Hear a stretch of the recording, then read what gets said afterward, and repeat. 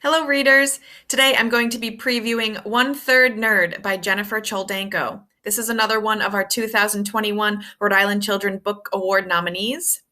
And after I preview, I'll be reading chapter 1 for you. Fifth grade is not for amateurs, according to Liam anyway. You have to be careful. Being more than one-third nerd is not cool.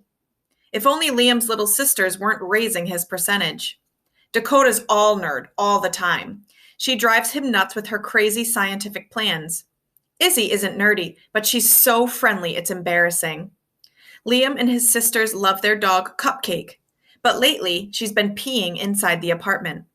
The landlord, Torps the Corpse, says they have to get rid of the dog or he'll evict them. There's no way the kids will let mom and dad give Cupcake away, so they must figure out how to earn enough money to pay for a special vet who can fix her, and fast. Readers will cheer for Liam, Dakota, and Izzy in this irresistible story about three kids who join forces to save the dog they love. I hope you'll enjoy listening to the first chapter of this book, and it will encourage you to continue to read more. Chapter 1, Pee in the Fridge.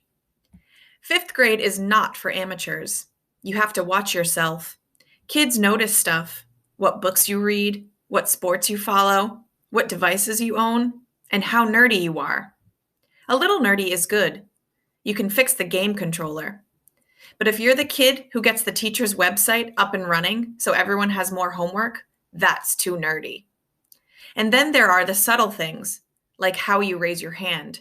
Should you raise it high and eager, low and mouse-like, rotate your palm, flap it all around?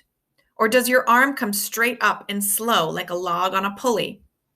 Same with turning your homework in. Do you put it on the top of the pile or the bottom? Do you fold it like a paper airplane and fly it to your teacher's desk? Deliver it by drone? Or do you send it up the classroom aisle in the mouth of a robotic device? I could probably manage all this okay if it weren't for my sisters. Dakota, the third grader, is the worst. I finally get up the courage to talk to the girl everyone thinks is cute, and Dakota shouts across the playground, "Liam, I need toilet paper from the boys' bathroom. There's none in the girls'." Izzy, the second grader, is a hugger. The custodian, the crossing guard, my coach, Izzy hugs everyone. Unfortunately, my sisters and I look alike. Blonde hair, blue eyes, and on the short side, so I can't hide the fact that I'm their brother. Then there's our dog, Cupcake, a black and tan German Shepherd with crooked front teeth and shiny black lips.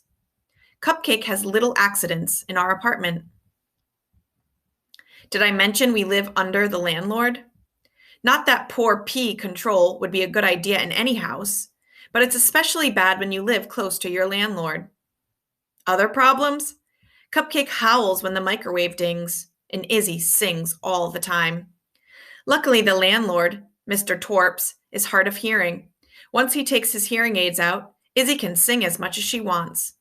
How do we know they're out? He turns his TV up so loud it's like the voice of our principal booming from the PA at school.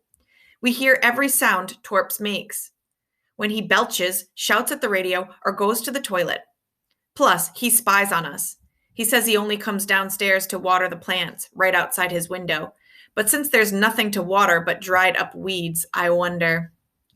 So I don't bring friends to our apartment. I don't tell people where I live. I don't even write my address on the forms at school. The only person who knows the truth is my best friend, Dodge, and he won't tell anyone. Dodge comes over every day. His grandpa Crash watches us if my mom has to work late. Some days, Crash can't get out of work either, and then I'm the one in charge for a little while. I don't see Crash's car, so I'm guessing today will be one of those days. Dodge, Dakota, and I walk from the bus stop. We climb down the steep stairs to our apartment, careful to avoid the rotted wood steps that sink when you step on them.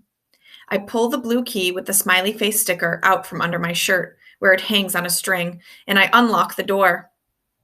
Inside, I open the patio slider to let Cupcake in. She is crazy excited to see me, jumping all around. I follow Dodge to the tiny kitchen. Dodge finds the crackers, and he's about to wash them down with lemonade. He squints at the glass. "Did your mom buy a new brand?" I catch a whiff and then snatch his glass out of his hand. It smells like pee. "Sorry, I run to the bathroom, dump it, and hurry back to pour him some actual lemonade in a new glass. Who would put a glass of pee in the fridge? Dakota! Dakota has been working on the problem of why Cupcake has lost pee control. She never had a problem until a few months ago. We housebroke her when she was little. She learned so quickly. What a smart, cute puppy she was. She had the softest fur, floppy ears, and giant paws, and she made funny groaning sounds, like a dog's version of a purr. The week after my parents split up, Mom got us Cupcake. The first night we had her, she chewed off the top of a Tupperware container and wolfed down the cupcakes inside. That's how she got her name. When we lived in our old house, there was a yard for Cupcake. But in January, Mom and Dad sold our house and we rented this place. Now the yard is a tiny patio with one plant trying hard to grow out of a crack in the cement. When it produces a leaf, Cupcake pees on it and it flops over again. My job is walking Cupcake. Mom won't let Dakota or Izzy walk her because it isn't safe in our neighborhood. But I never worry. Cupcake is the world's best watchdog. Once, a bodybuilder in a camouflage vest walked too close to me and Cupcake growled. Now when that guy sees me, he runs to the other side of the street. I never feel short when I walk Cupcake, though I do wish we'd named her something more ferocious, like Dude or Brute. Look, I'm sorry about the lemonade, I mumble to Dodge when we're out on the street. Dodge shrugs. That's Dodge for you. He rolls with everything. We take turns on the skateboard, hanging on to Cupcake's harness so she'll haul us up the hill. Then we start talking about what happened in class. Can you believe Moses got in leadership already? He's been here, 3 weeks, I say? Leadership is kind of like student council, only the teachers choose who will be on it. I like it. It makes me feel important. Dodge was in leadership, but he doesn't want to have to talk that much, so he got out. Moses is nice, Dodge says. I throw the tennis ball for Cupcake, then jump back on my board. Have you seen him play? He's got a killer serve, and his overhead smash bounces over the fence.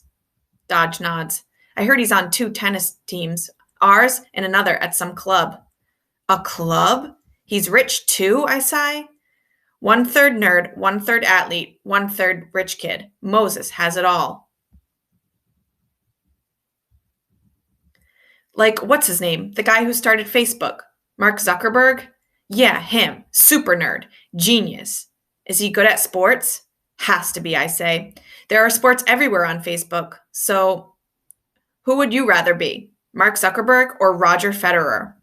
Roger Federer is the world's best tennis player. We love him because he always wins without ever sweating or grunting or yanking at his underwear. I have a life-size cardboard Roger Federer in my room. Every month I measure my height against his. Just 22 inches to go. Federer, duh, Dodge says. I roll the board to Dodge. Do you think Moses is better than Roger was when he was our age? Dodge shrugs. Dodge and I are both on the tennis team. Dodge likes to play, but not as much as I do. I don't ask him what I really want to know. Am I as good as Roger when he was my age? And what would happen if I played Moses? Would I get crushed, or would he? This kind of stuff doesn't matter to Dodge. I don't know why it matters to me so much. I hope you enjoyed chapter 1 of 1/3 Nerd, and you'll continue to read the rest of the book like me.